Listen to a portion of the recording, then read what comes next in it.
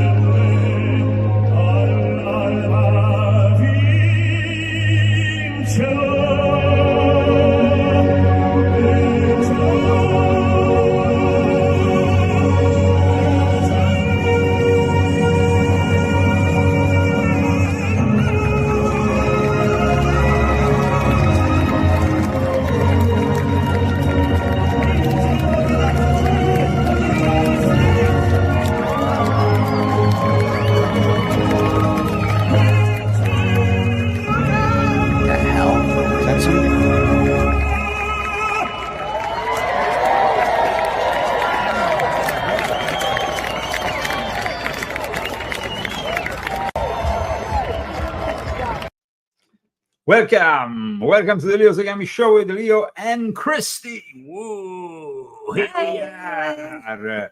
It's been a long week for the Zagamis. I was a little bit sick. No, he was a lot sick. I was very sick. He went out last Thursday, and then we did this Thursday. Last Thursday Thursday. before.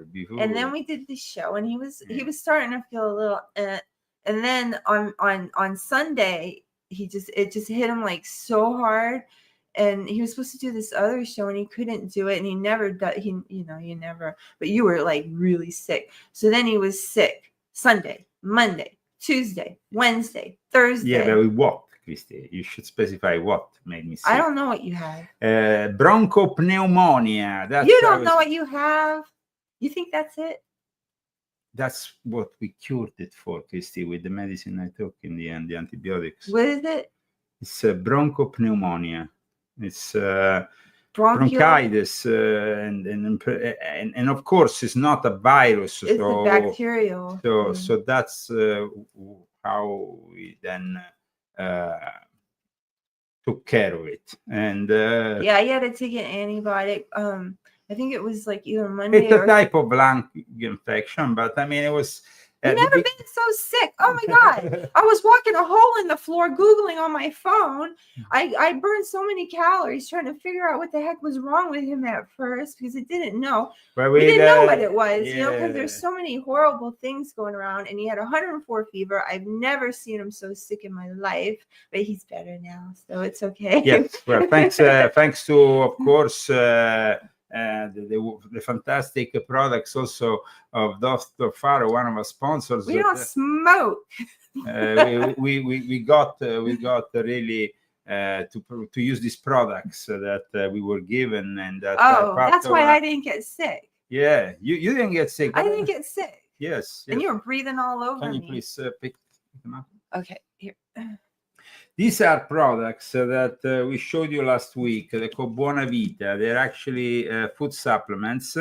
And I must say they were of great help to heal this whole thing. But it was, like I repeat, not a virus, but rather a bacterial infection. In fact, then the appropriate antibiotics were taken, and the results are pretty good. Yeah, you know, because almost immediately he started to feel better. Because for like for a few days, I had the flu very high. Temperature was very high, so 104. yeah, but now we made it. So here we are for another Saturday with Leo, Zagami, and Christy. And like I just said, we of course have to thank our sponsors. Amongst them Dr. Faro with his products. Now we told you last week he is a little bit old school, so I'm going to show you now the website and the phone number, and you can either contact him through the contact section in the website, or either you can simply call him. He doesn't have a online shop, so that's he's like an old-time doctor. He explained this week, he wrote us a really nice email, and he just explained that he's like just this doctor that you don't find anymore. That really is, he cares about his patients, and he's very personable, and that's the way he is with his products as well. He likes to talk to people and tell them how they are. And I must say, I mean, I'm really impressed with both of them. Both of the ones that I've been taking, they're excellent. They're just excellent. So this is why I didn't get sick. Yeah, this is why I didn't. Definitely it helps out. drfaro.com. Like I said, you can either contact him through the contact section of this website, or either through his phone number. The phone number is 863-676-2225. And he's an excellent doctor, excellence in medicine. If you want to consult him, or actually, if you are in Florida and you live in the proximities of his office, you can, of course, just drop in. He likes that. Yeah. And then now we have our other ones. We have our other sponsors that we would like to mention. Who are they, Christy? MAGA COUNTER. And then we're doing, actually, we have exciting news. We're doing an extra show this week, and because we were not here, we were going to do an extra show. Okay, Daniel asked us to pay for some extra shows, so we're going to do all extra shows this month, and we're actually doing 2 next week on top of Saturday. So you'll see us probably Tuesday and Thursday. Because we actually were supposed to have an extra show this week that I obviously was not able to conduct, and we will then sum them both up and have them both next week. So next week we'll have a full week of Zagami show. The Zagami show will be with you on Tuesday, on Thursday, and of course next Saturday. So you already gave the names, the other names? Okay, perfect. So at this point, welcome everybody to the show, and we start, of course, with the subject of today. We have seen Trump waging a war against the deep state, dismantling groups and institutions that, of course, are part of the problem. And one of them is the Usaid, which a lot of people associate with help, innocent forms of, beneficial for maybe poverty abroad. But in reality, the Usaid has been the front for CIA operations for decades. And I would like to show you this introduction to the subject of today.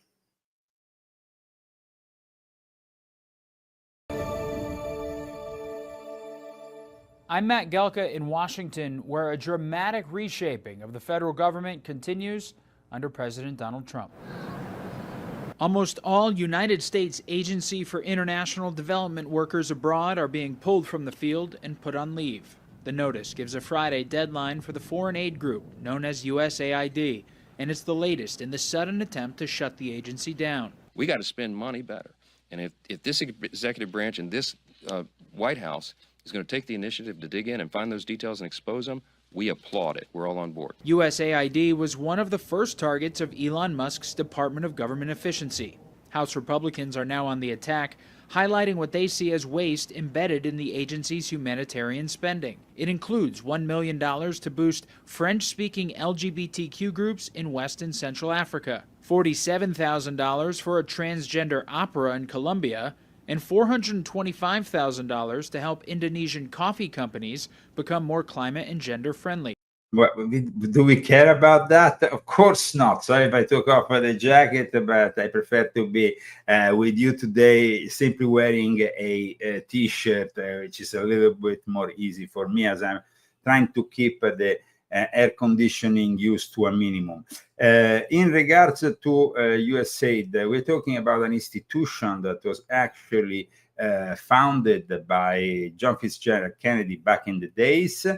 And like I said, it became unfortunately the front for many CIA operations. Just to give you an idea, this is an old document that surfaced in 2012, was disclosed, but of course is a much earlier document and is a document that involves Henry Kissinger.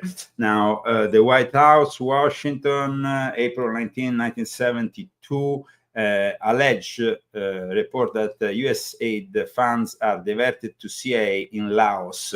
And this is, of course, something that happened a long time ago. But there is a lot more that we can say about USAID because they are also, of course, in bed with the Jesuits. The Jesuits are almost mourning what is happening with this whole thing, and the USAID also founded something like the formation of 8,000 journalists and thousands of platforms, including Politico, and extending in all this the censorship typical of the deep state. So they have actually abused this money. And we need to understand, though, the connection goes all the way to the Vatican. That's why I wanted to show you, first of all, how the Vatican is reacting. The Vatican Jesuits, who are really worried about this USAID suspension. This is, as you can see from their website, urgent help, Jesuit programs in crisis due to USAID suspension. The pause in USA foreign aid funding will impact Jesuit education, health care, and livelihood programs around the world. Now, why should we pay for Jesuit education, which is usually a kind of education that is favored by the elite? I think that is pretty unjust. I mean, we have to spend money for them. It says here, following the announcement. Casey, can you read this?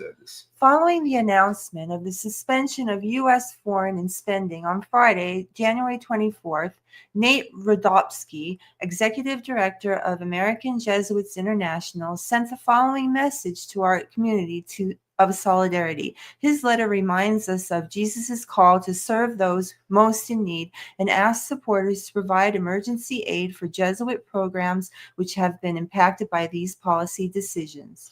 So they are asking money now to their supporters because, of course, it has been announced by the U.S. government an immediate suspension of foreign aid spending. This pause will disrupt they say critical programs in communities across the globe, including those led by our Jesuit partners, for at least 90 days. Essential services like education, healthcare, and livelihood support will be at risk.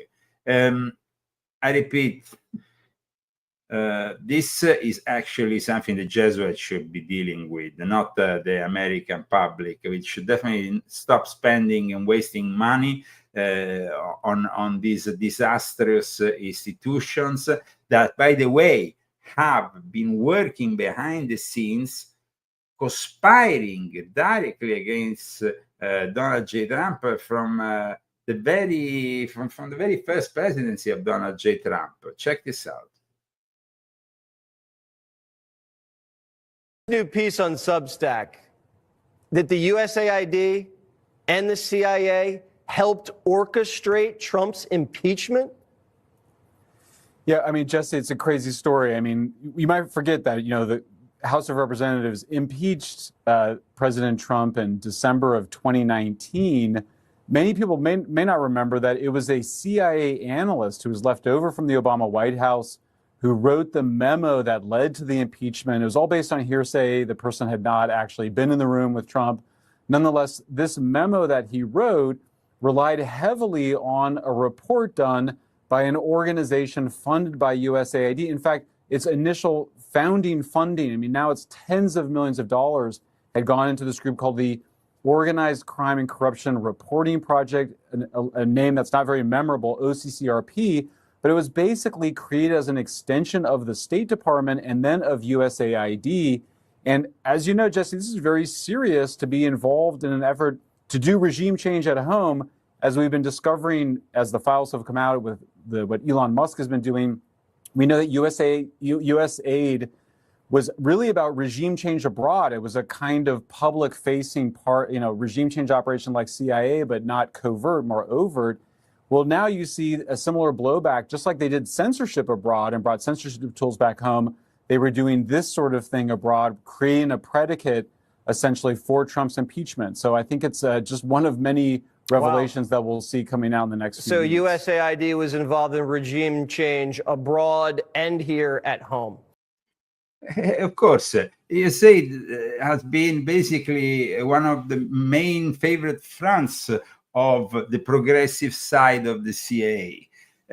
So, of course, now they're all in a state of panic. But the Jesuits, in particular, seem to be in a state of panic because they were getting a lot of this money, and because the Jesuits collaborate directly with the recruitment of CIA agents, with the formation of CIA agents even.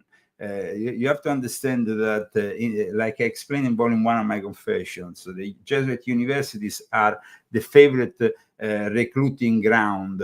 And at the same time, like I also explained in volume 4 of my Confessions, their links with China, their links with the various countries where they actually support the destabilization efforts led by George Soros. So people, of course, focus very much on George Soros, but they seem to forget that there is also behind the scenes the Jesuits who are in charge of Soros, both Alex and George. So this is what we're discussing today. The Jesuits are now openly conspiring, and they are not really hiding their whole view of Trump's closure or suspension, however you want to call it, of USA aid. One Jesuit in particular, James Martin, is a best-selling author, one of the biggest authors we have here in the United States of America. At the same time, he is a big supporter of the LGBTQ issues within the Catholic Church, and this is a relative recent take on USAID suspension by Father James Martin. Hey everyone, it's Father Jim Martin. Hope you are well. As you probably know, the U.S. government has slashed funding to a lot of Christian charities that help the poor. And so it can be really overwhelming to try to figure out how to respond. People feel overwhelmed, confused, angry, sad. But the one thing you don't have to feel is despairing or hopeless, because there's lots of places you can still help. And I just want to talk about two of them. Now, this public service announcement is not paid for or asked for by these two organizations. The first is Catholic Relief Services. CRS does amazing work. They've helped poor people all over the globe, families, mothers and children, for 80 years. They're kind of an expression of the Catholic Church's desire in the United States to help those overseas, to really help people who are struggling. And they do especially good work in terms of disaster relief. They are often the first people on the ground, CRSs, when it comes to disasters. They really do amazing work. And something like 94% of all they collect goes to the poor. So the first group to remember is CRS, Catholic Relief Services. The second group is a group that I'm even more familiar with, which is the Jesuit Refugee Service. Now, some of you may know I worked with JRS East Africa in Nairobi for 2 years, and my job was to help urban refugees, people who had settled from all over East Africa, who had settled in Nairobi, to start small businesses and support themselves. And they continue to do that kind of work in Nairobi. And in fact, the shop that we opened is still there. But JRS is active in many more places than East Africa. They're all over Africa. They're all over Europe, Latin America, all over the place. Anywhere where there are refugees, really, there is JRS. It was founded in 1980 by Father Pedro Arupe, servant of God, Pedro Arupe, who had this idea that, boy, there are Jesuits everywhere and there are refugees everywhere, so why not bring those two groups together? Of course, today it's more than just Jesuits who work with JRS. It's brothers and sisters and priests and many, many, many. In fact, most of the staff is laymen and laywomen. So JRS just does amazing work. They help materially. They work with organizations that help refugees. They help with pastoral care. What does that mean? That means pastoral counseling, as well as saying masses and hearing confessions and baptizing.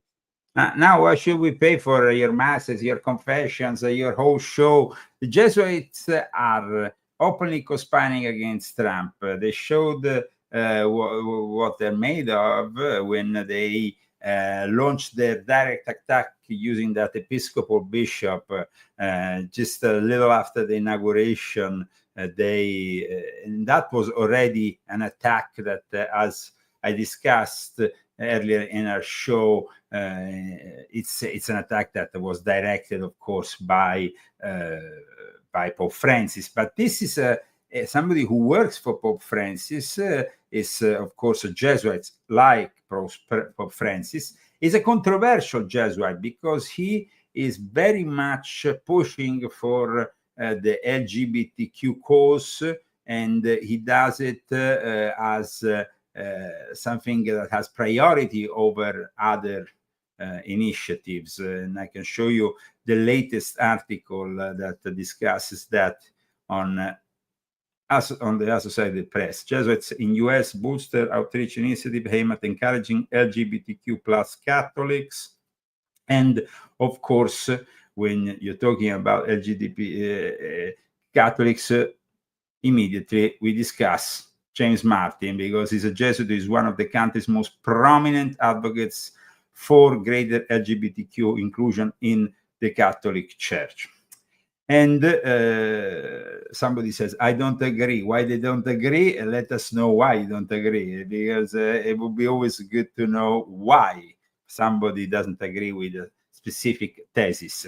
And let's continue to hear what James Martin said. Really being with the people, accompanying the people. So JRS is just fantastic, and you can be sure that your money is going to a good cause. So he's trying to promote a couple of Catholic organizations in alternative now to what is happening with, of course, the money. It's not going to come any longer from the American people through the Usaid initiative, which, like I said, has been used always for other reasons that sincerely have nothing to do with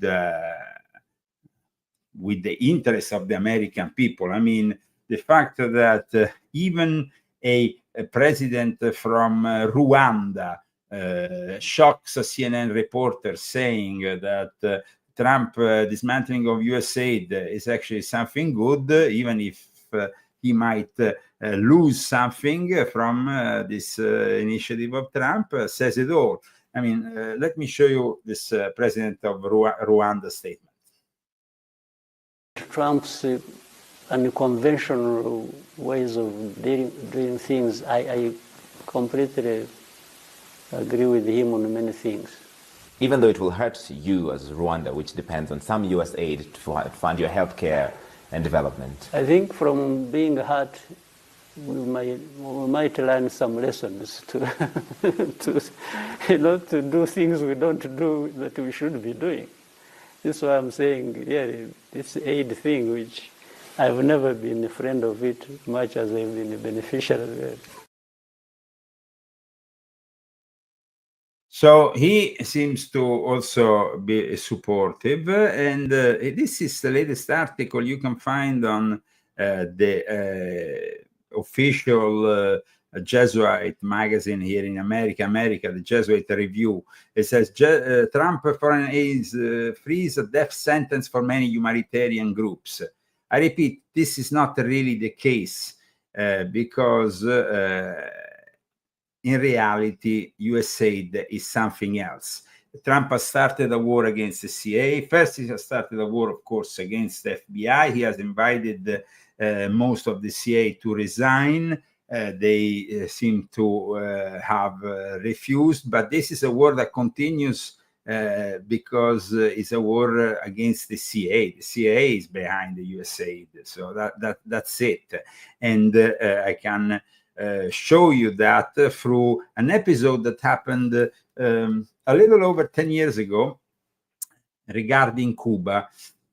This is very interesting because it will people in America don't tend to discuss or analyze Usaid, so let's do that today here. Cuban Twitter and other times. Usaid pretended to be an intelligence agency. Foreign governments have long accused the USA Agency for International Development of being a front for the CIA or other groups dedicated to their collapse. In the case of Cuba, they appear to have been right. In an eye-opening display of incompetence, the United States covertly launched a social media platform in Cuba in 2010. And it says here, foreign governments have long accused. So, I mean, there is an accusation. Then it says, according to an Associated Press investigation, the project ultimately failed to foment political unrest. In fact, Cuba unfortunately stayed. It's still a communist country. Anyway, it says, though better known for administering humanitarian aid around the world, USAID has a long history of engaging in intelligence work and meddling in the domestic policy of aid recipients. Throughout the 1960s and 1970s, the agency often partnered with the CIA, now shuttered Office of Public Safety, a department beset by allegations that it trained foreign police in terror and torture techniques and encouraged official brutality. So, if you want, you can read this part, Christine. I had a question. Yes. Is USA that thing that they were singing about in the 80s, or is that something else? Remember when they were singing We Are the World? And now, well, I mean, of course, that kind of initiatives eventually was funneling money, but they were claiming, of course, to do it for the good of Africa. But eventually they discovered that both in the case of Band Aid, Do They Know It's Christmas, and in the case of We Are the World, they were instead sending their money to dictators in Africa, unfortunately. So, according to a 1976 Government Accountability Office report, USAID officials have always denied these accusations, but in 1973, Congress directed USAID to phase out its public safety program, which worked with the CIA to train foreign police forces in large parts because the accusations were hurting America's public image. It matters little whether the charges can be substantiated, said a Senate Foreign Relations Committee report. They inevitably stigmatize the USAID had helped train thousands of military personnel and police officers in Vietnam. The total United States foreign aid effort. I mean, not only the... And by the time the program was closed, USAID had helped train thousands of military personnel and police officers in Vietnam, the Philippines, Indonesia, Thailand, and other countries now notorious for their treatment of political dissidents.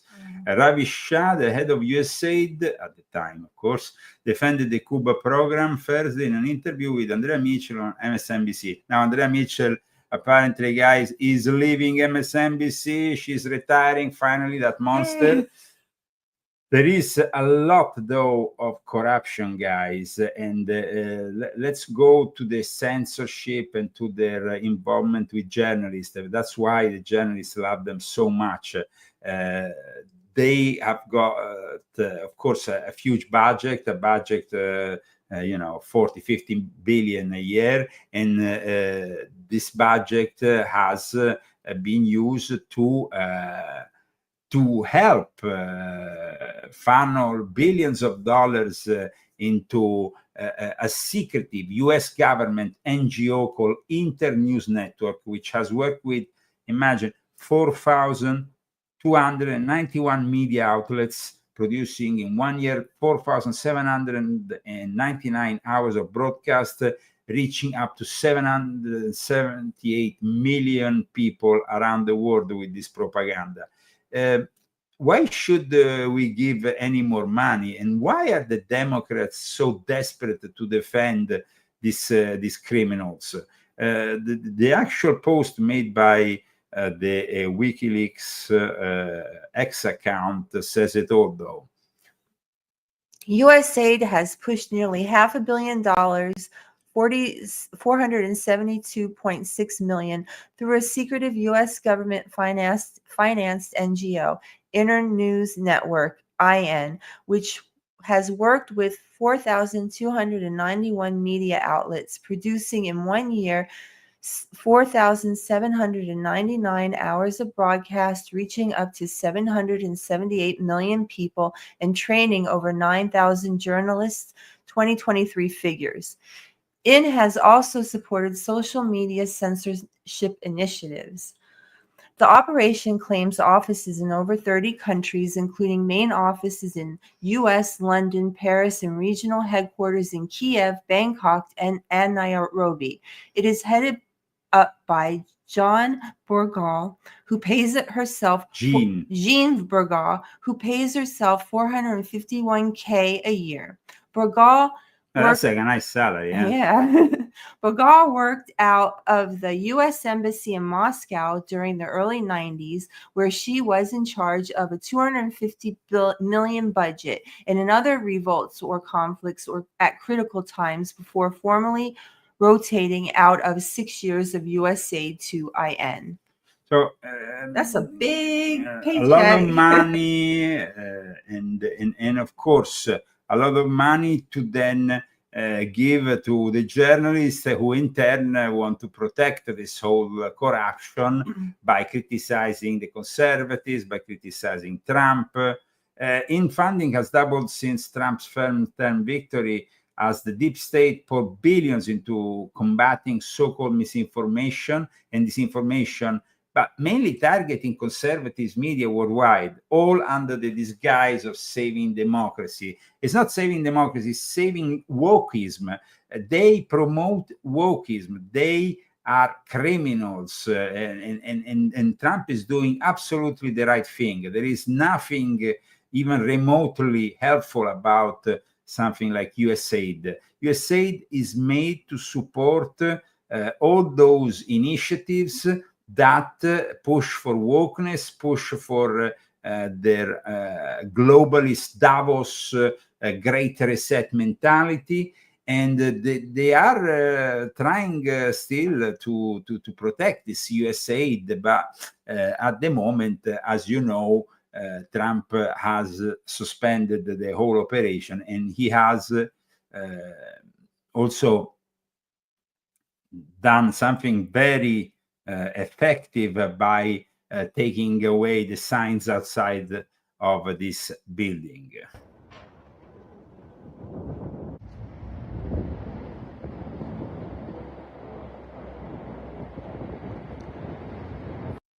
Of course, we have thousands of federal workers that are complaining that don't have a future. Where are they going to work now that these institutions are being closed down? I mean, institutions like FEMA, institutions like this one, Usaid, have no future in America. and the far left corporate media like Politico and the BBC even. I mean, the BBC is the British Broadcasting Corporation.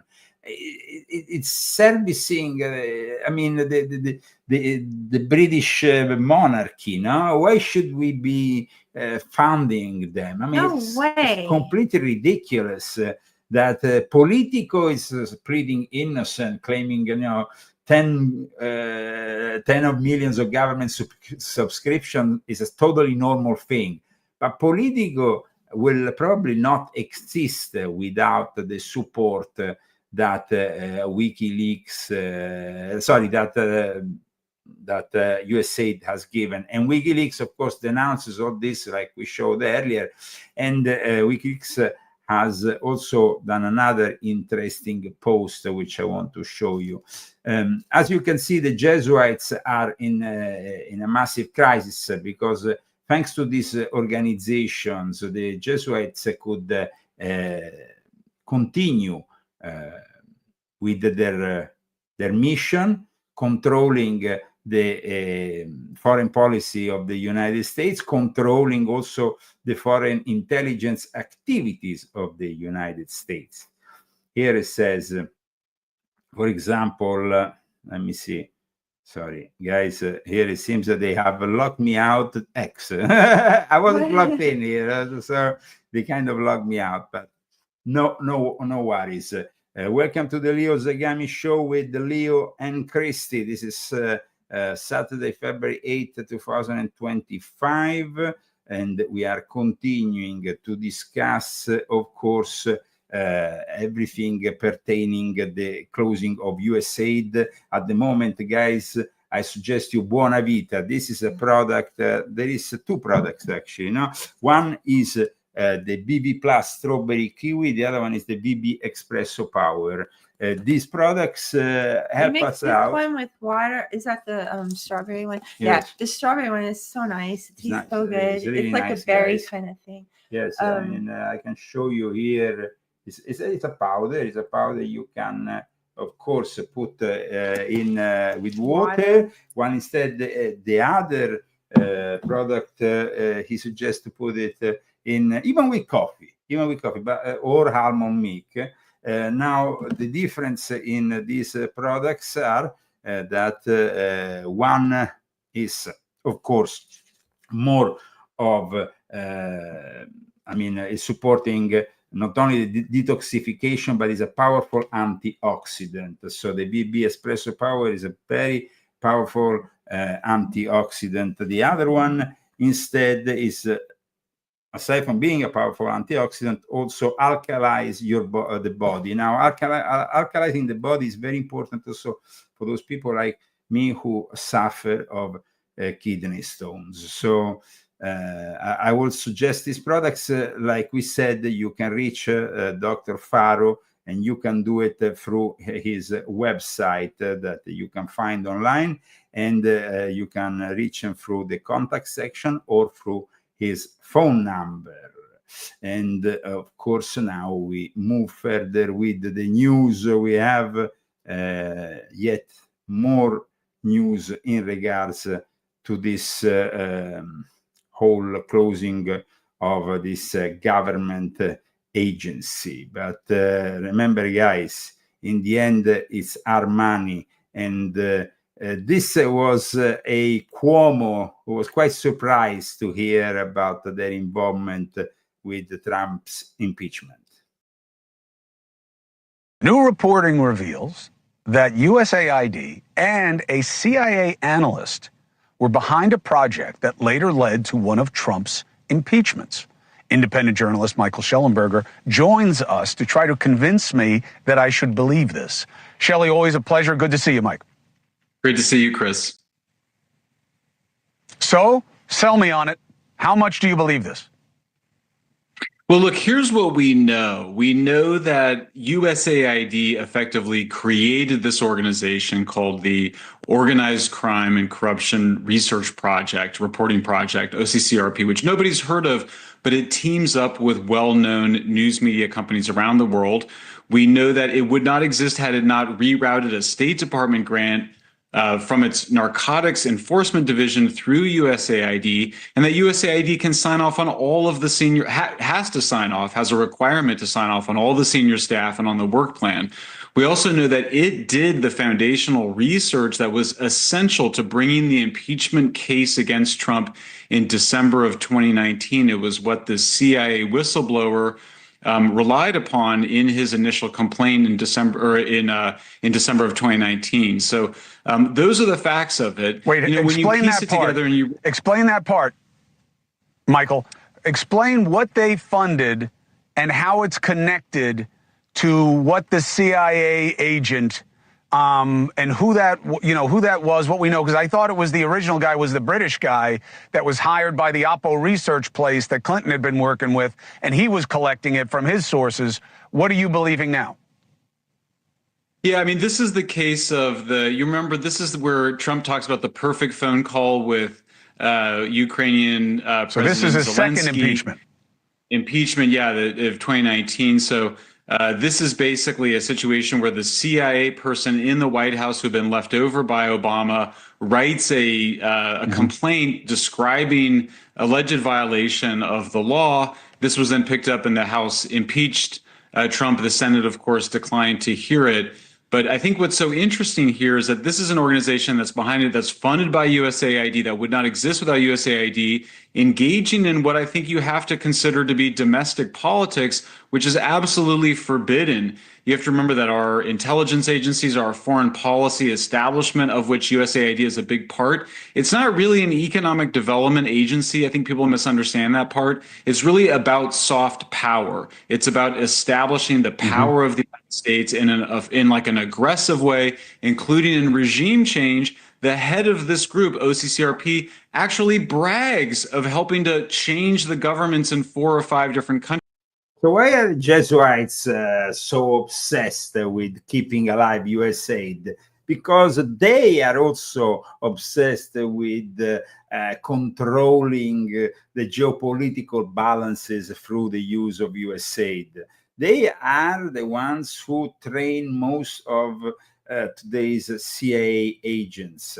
And so I think it's very important for people to realize that nothing is as it appears. I mean, the CIA and the Vatican intelligence apparatus have a long history, right from its foundation, right from its first, the founder of the CIA was actually himself a Catholic, and a lot of Catholics have been in charge of the CIA.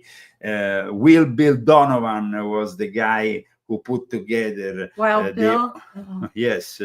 they put together the OSS, the Office of Strategic Services, that was the wartime predecessor to the Central Intelligence Agency.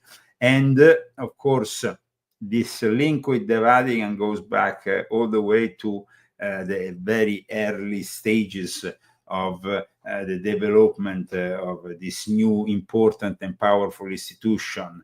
The CIA interest in the Catholic Church is not really limited to intelligence gathering. The Vatican, with its immense wealth and political influence, has in recent years become a key force in global politics, particularly with Catholicism playing such a pivotal role in Eastern Europe and Latin America. And of course, unknown to most Catholics, the Vatican, that externally maintains an apolitical image, in reality has a very active foreign office and diplomatic corps that, with the Jesuits that function as the counterintelligence as well as the intelligence of the Vatican, and have a central role. So we have, of course, since World War II, the CIA link with the Vatican has subsidized various organizations, Catholic lay organizations that functions as the arms for the Pope. I mean, also, for example, in France, the Priory of Zion has been a creation that is supposedly linked to the Vatican, and it had an anti-communist function during its heyday. And then we had, of course, the P2 in Italy, and all these various organizations that were always linked to the Vatican. And when we talk about the state behind operation like Gladio in Italy, but called in various ways in different parts of Europe and also Turkey, there is always a very intimate and close organization with the Vatican. I mean, Pope Francis himself had worked with the CIA before, when he was back in the day in Argentina, in charge of the Jesuits. So this makes us understand how the Jesuits must be upset now that you have no control over, over the situation, and that Donald Trump. That's why I get upset sometimes. These people say, Trump is a Jesuit. Trump is being brought up by the Jesuits. Trump this and that. I even saw a demented video thumbnail when it was last week with Trump with the Knight of Malta. Oh, yeah. The Knight of, it was an artificial intelligence thumbnail creation with Trump with the Knights of Malta white cross over. It's ridiculous.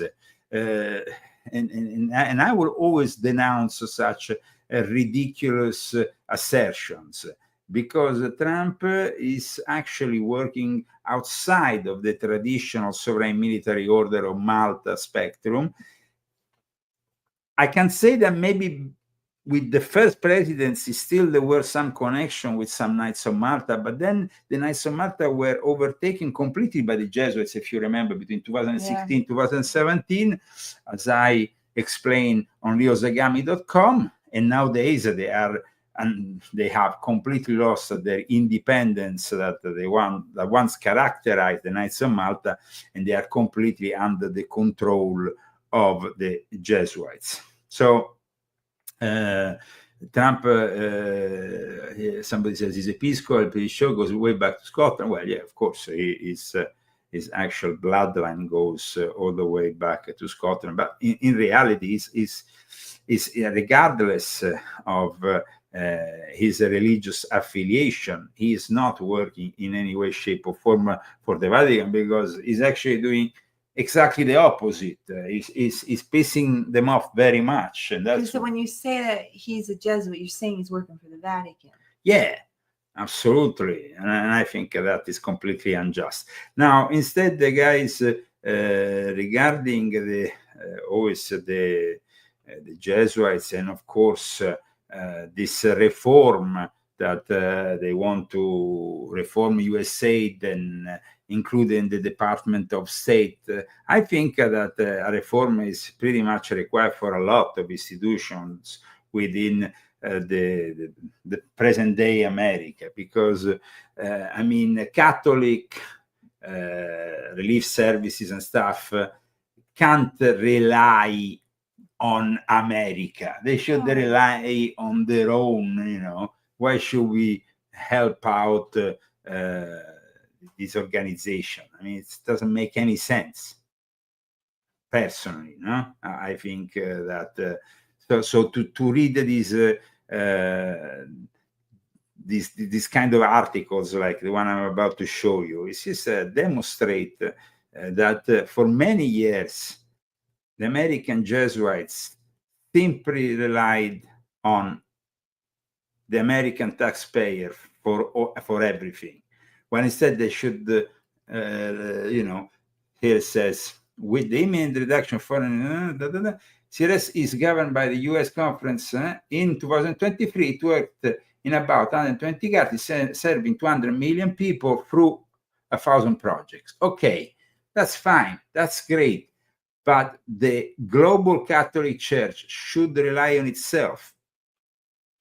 They're stealing money from the American people. It's like every time America has to subsidize and help people abroad. Why should we help everybody in the world when we can't actually help our own veterans, when we can't help our own people or homeless? are homeless. It's sad to see the level of decadence, especially in left-wing cities. Now, Christy, this week I gave her a mission to go through. Do very well. Going through the actual local media and see what was happening in and around the Coachella Valley and Palm Springs in particular in regards to what Trump was doing, if there was some kind of reaction. I must say that Christy came back to me every day with some outrageous news. I mean, drag queens that were arrested because they were I would say, rebel. did you know that last night downtown 3 drag queens were arrested for fighting with each other? Like, those were the kind of stories. Or that one Mexican put down the American flag and raised the Mexican flag. I mean, raising them. So this is Mexico. This is becoming a new trend here in the United States. So there is Mexicans who go around knocking down the American flags and raising the Mexican one. Well, that's a crime. That's a crime, and you should be arrested, and you should be given a very hard sentence. There should be no tolerance for the Mexican flag on U.S. soil, and that is something that it's shocking that we. Some people, they fly their flag outside their house with the American one. What do you think about that? Like if you flew the Italian flag. Yeah, well, that's okay, but it's not like in a public display. Your own private house. Okay, yeah, private house. If you want, that's okay. But I mean, I don't see why we should have these crazy people taking away the American flag and replacing it with the Mexican flag. Why don't they just go to Mexico then? Then we have crazy people even in the Vatican, though. Yesterday, a crazy guy jumped on the altar in St. Peter's and knocked down all the chandeliers there and stuff.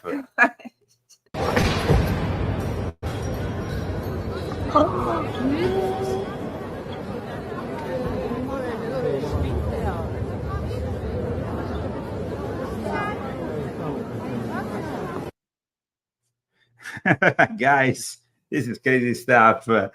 Crazy stuff. In Italy, we say buona vita, good life. This guy obviously didn't have a good life, but if you want to have a good life, remember, there is the supplements of Dr. Faro, which is our sponsor. You can find also a way of contacting him because he's old school. He doesn't do the online, traditional online shopping. You have our sponsor and his phone number on our screen just now. And of course, we can move forward with more news after we've seen this crazy. They say there was a Romanian that lost it, a Romanian guy that simply lost it. The Vatican has justified this whole event as a public event which doesn't have any political or other reasons. Okay. But can we believe them? Maybe not. Maybe not. They probably will not tell us the truth. There was 30,000 euros of damage made to these chandeliers. Then we have another initiative that, of course, is completely demented, and we need to condemn forcefully. The Lord's Prayer should never be touched, and definitely not reworked to please the transgender. Oh. This is the most cursed Lord's Prayer in the history of mankind. Here we go. Our beloved parent, in whom we move and breathe and have our being. The glorious hallowing of your name shines forth in the diversity of your children. May your peace and love, justice and equality, inclusion and belonging reign here on earth as in heaven. Build your kingdom in the hearts of all. Help us meet our daily needs. Be with those who suffer as a result of living as the fullest truth of your divine child. Grant that our transgender loved ones might have their daily needs met. That they might find employment without discrimination. That they may have access to medical care without fear. That they might have their rights and lives protected. That they might find a loving, safe community to belong to and call their own. You see, what do you think of this?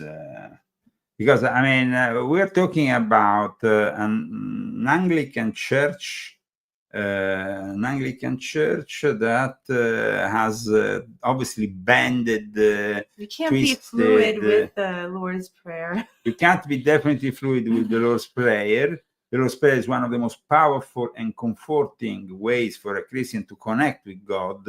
Yeah. But it seems that these people just want to remix it for the woke trans agenda according to some demented and twisted and perverse activists, because that's what they are. Now, this is coming from St. Paul's Anglican Church in Essex, Ontario. Of course. Forgive us for the ways that we have fallen short and failed your beloved transgender children. As well as our many trespasses. Forgive us of the times we turned away or did not care. For the times we laughed or judged their unique expression of your image. Just as we forgive those who might have failed to see, hear, and understand us. Lead us away from the temptation to be complacent in the face of injustice. But instead, give us the courage to stand up for and with your beloved children. Open our minds and our hearts to those who think, act, and experience life differently. Help us do our part to make your love and justice reign in our diverse, beautiful world, now and always. Amen. Oh. Wow. It's, I mean, it's hard to watch. It's just twisted. It's more than a provocation. This is an heresy that never needed to happen. There should be more respect for the Lord's Prayer. Of course, you can insert your own personal requirements if you have some towards the Lord, but not public display in this way, and twist the prayer itself, which shouldn't be in any way, shape, or form changed. So this is what is happening in a world where, of course, this whole initiative to push the woke agenda continues in some quarters. We know that America has rejected all this, and this is something also very difficult to understand. Every time we put on the TV, these journalists that call themselves journalists, and of course we have seen that they receive a lot of money from entities like, or at least used to, Usaid and so on, and of course Soros and whatnot. They push the idea that Trump is violating this, is violating that, that we shouldn't accept this or that from Trump. Trump is being elected by the American people. When they, for example, condemn Elon Musk has not been elected, Elon Musk this and that. Elon Musk is simply doing whatever Donald J. Trump is requiring him to do. He's a worker. He might be a special employer, like Trump has called him, but without Trump's approval, he can't do anything. He's not some kind of shadow president guy. This is what the Democrats are pushing, the idea that Elon Musk is some kind of shadow president. George Soros, they were much more shadow presidents than Elon Musk, but Obama, of course, but in regards to the finances, even Obama relied on Soros. So it seems to me that all this desperation from the Democrats will not really reach, like we discussed earlier with you, we were discussing the fact okay, they can demonstrate, they can protest, but at the end of the day, the majority of Americans has elected a new president that could change forever the course of this country, that has definitely been following the wrong path during the Biden era, and before that, during the Obama years, which were probably some of the worst the United States has ever lived. But when you thought that everything couldn't get worse, then we had Joe Biden, who really made it worse. And when we have, of course, nowadays Trump taking away the security clearance that also gives the security briefings to the former president. He does it because before him, it was actually Biden himself that took away the Trump's possibility. Why is that something they don't have to do? They can choose to let the former president keep the security. But I cannot keep the security briefings. There was a tradition that nobody broke until Joe Biden decided to break, and they're getting back. They're getting back what they, in some way, they have given. Yeah, they have. They are getting back everything they have planted in these last 4 years. So the hate and everything has given this result. Now people just got sick of it, and when they turned away from it, and I think that's really great. But they still don't understand it. They still seem to not understand it. That's the big problem here. They don't seem to understand it, and some of us do. And so this Democratic Party doesn't really have a new leader because it's like just more of the old progressive nonsense. It seems like people like AOC and the more progressive side of the party has hijacked forever the Democratic Party. There will never be a party. Americans who are sensible, who are intelligent, who are rational, can vote for what?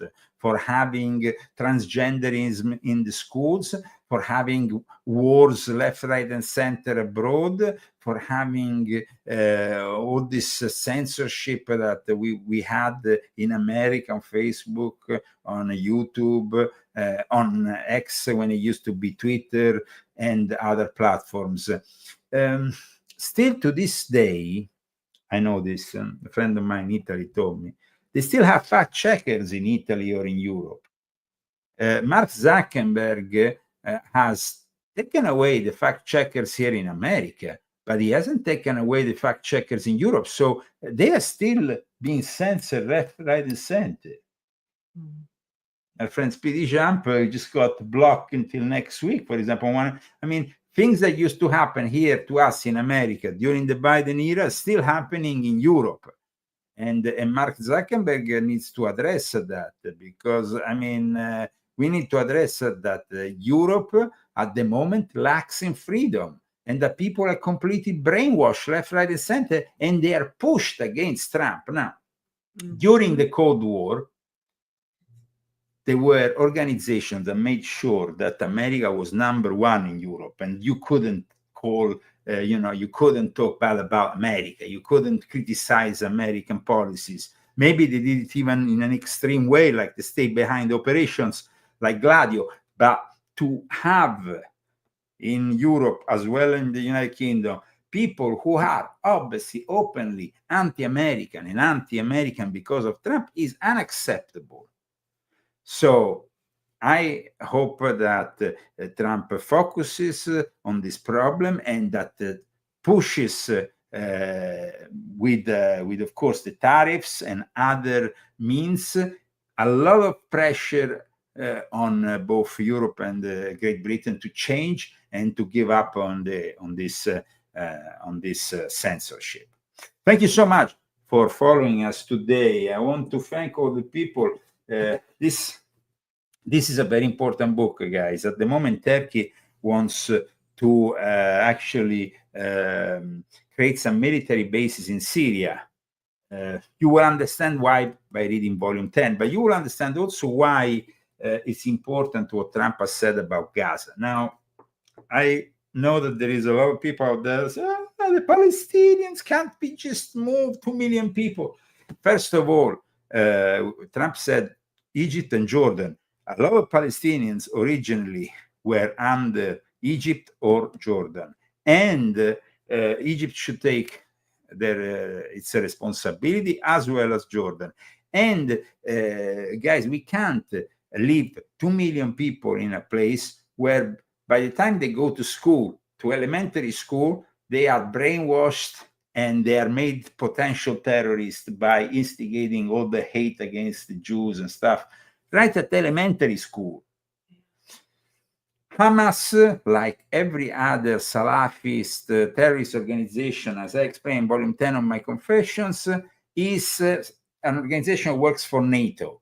Trump is against NATO. Trump is against these mercenaries like Hamas.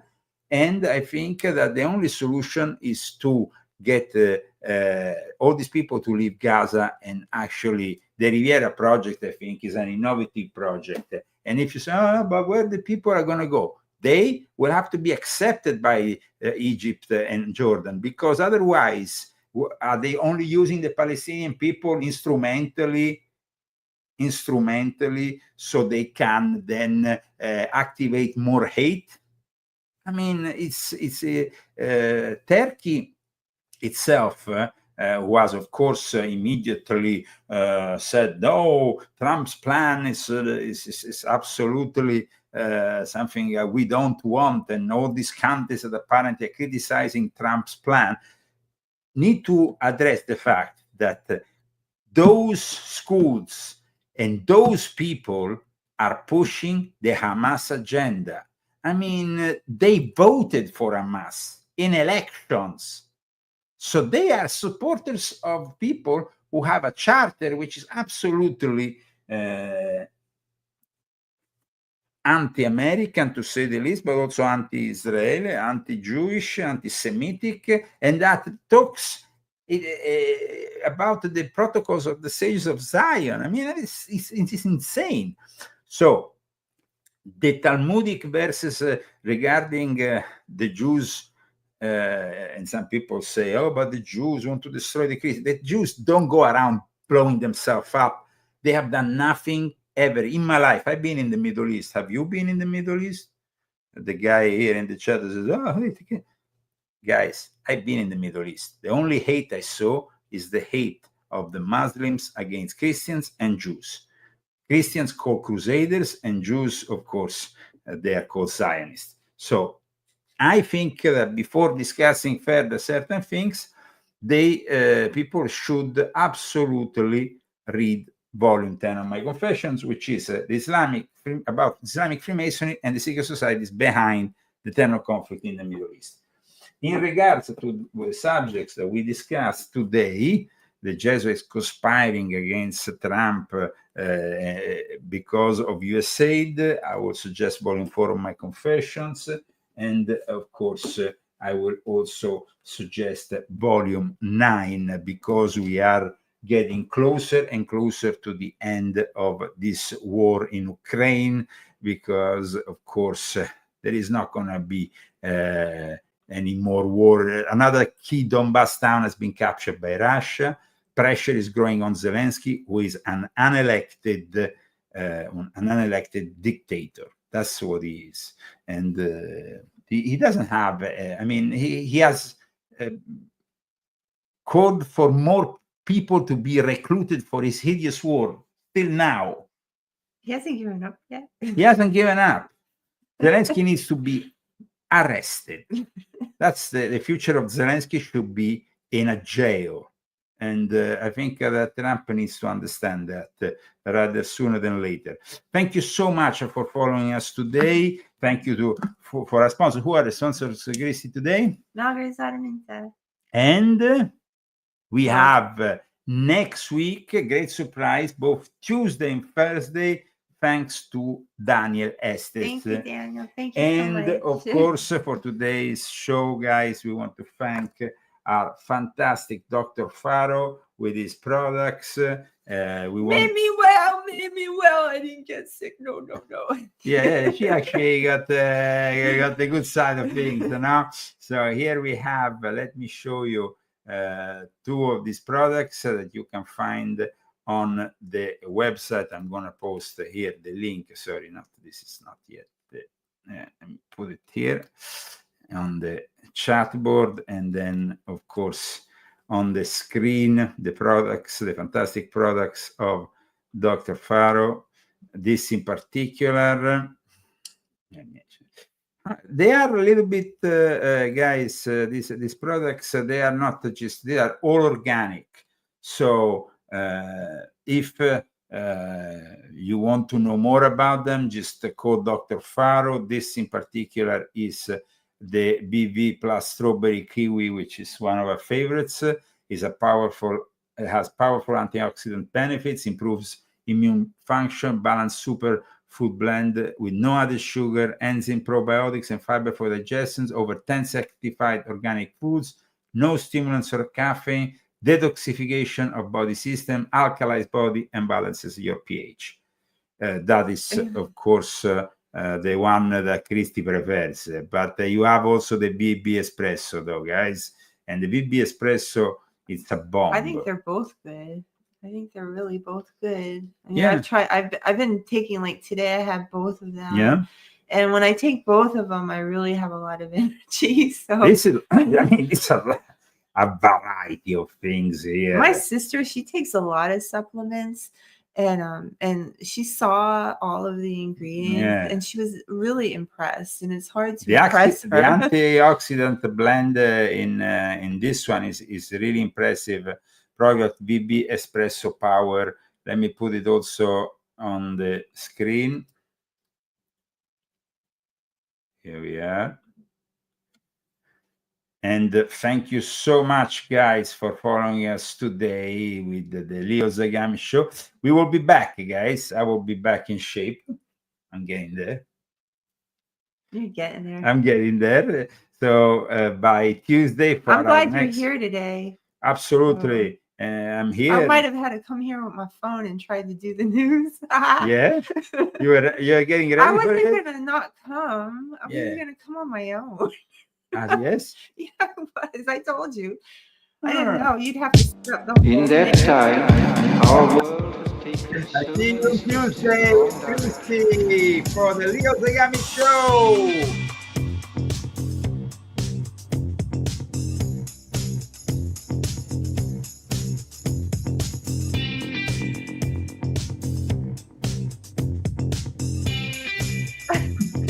in the negative utopia.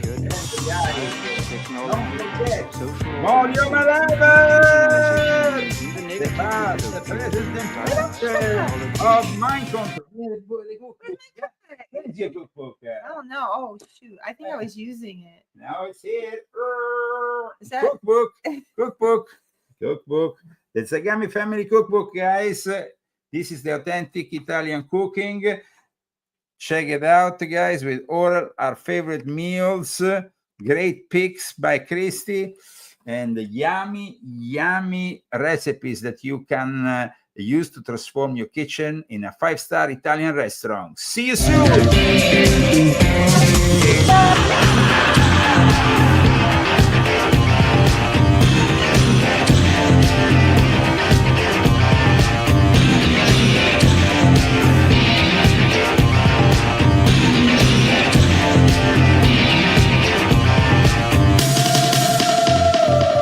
The negative utopia, science, technology, social organization, dehumanization.